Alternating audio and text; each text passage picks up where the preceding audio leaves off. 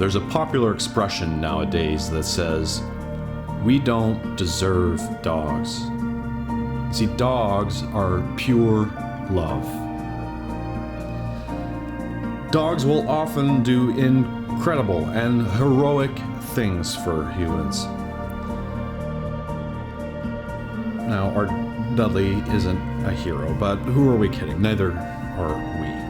Dudley made mistakes just like we do, but just like us humans, when we work hard at it, he became better as he grew older. He was always ready to protect us, even if it was usually just from the FedEx guy.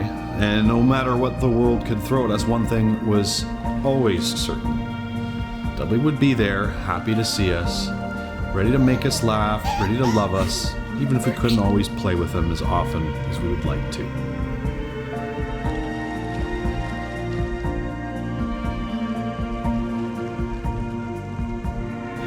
Dudley, you are very handsome, a very good friend, and above all, a very, very good boy. We love you. We don't deserve dogs.